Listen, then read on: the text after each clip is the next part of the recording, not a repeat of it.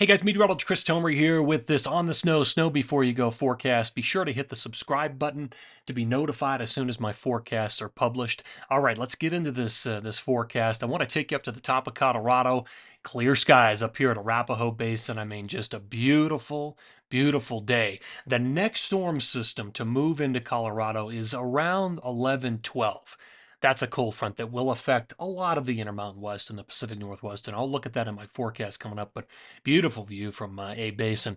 Let me give you the lay of the land. So this is water vapor satellite imagery. On this, your drier air aloft is oranges and reds, and your moisture aloft is in the whites and the blues. Couple of things to point out. This is going to be our main storm system driving the pattern throughout the next 7 days. And this is really mirroring the La Nina pattern I expect for much of the winter. It's going to send a front out ahead of it. That's going to be our cold front for 11:11 and 11:12. It'll come out of the Pacific Northwest, and then it's going to cruise down through the Intermountain like Idaho, Montana, Wyoming, Utah, and Colorado. Now, this front is going to be fast, and it's going to be fairly weak. This is going to be the main event back here. This storm system and also the energy behind it. There's another area of low pressure back here. So all of that is what's going to be playing into the extended forecast.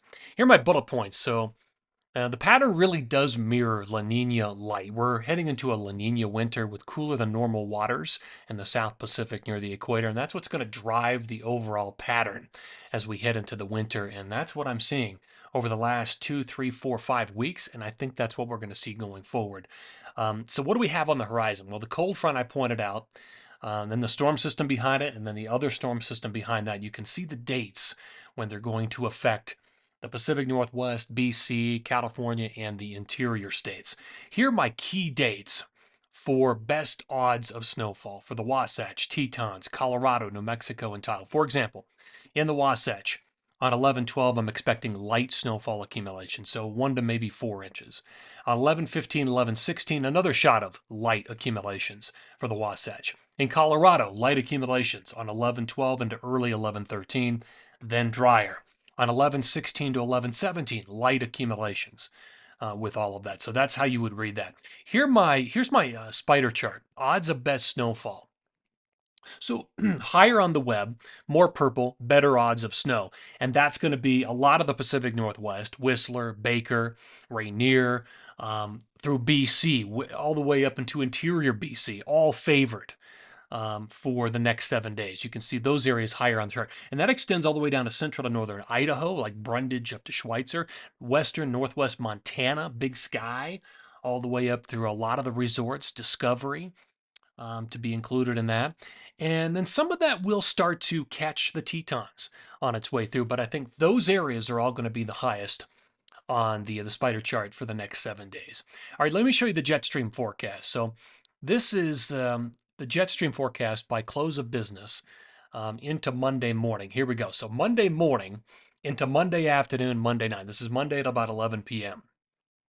You can see the dip in the jet, real kind of a kink in the jet coming into the Pacific Northwest, and eventually it's going to brush the Sierra and then move into the interior. That's our cold front, so that's what's coming next.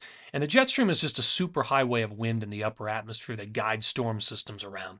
And you can see it's doing that right here. 11:14, the next storm system hitting the Pacific Northwest, BC, and the Sierra. Then that moves into the interior on 11/16, 11/17, and here comes the next storm system into the Pacific Northwest. So all of that is in my forecast. Let's put some precip on this.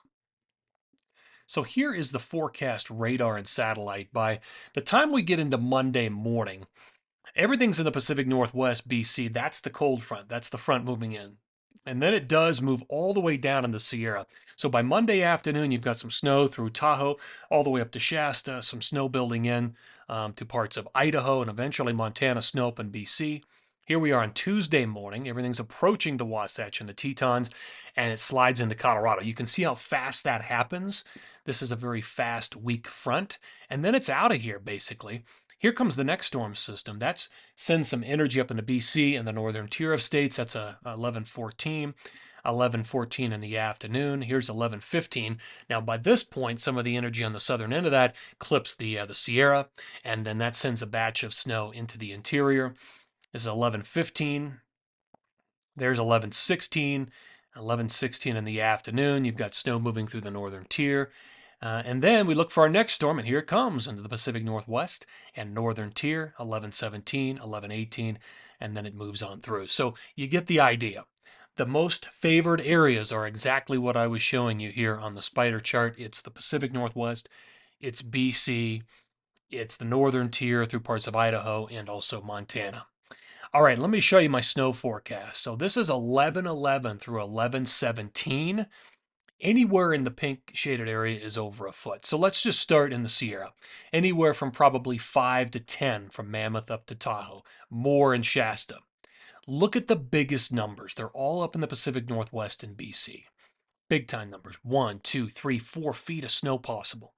All the way up through the high Cascades, the volcanoes, the coastal range of BC, and the interior parts of BC do very well, but less snow as you make your way over into Banff.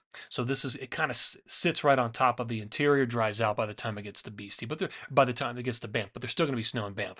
Really good snow for parts of central and northern Idaho, northwest Montana, all the way down to Big Sky. And yes, by late in the period, some of that snow starts to catch the Tetons. But everybody else is pretty light. Maybe 4, 5, 6 inches for the Wasatch, and maybe 2 to 6, 3 to 6 for a lot of Colorado and northern New Mexico. All right, guys, that's going to do it for this On the Snow Before You Go forecast. Appreciate you tuning in here. Take care, and until next time.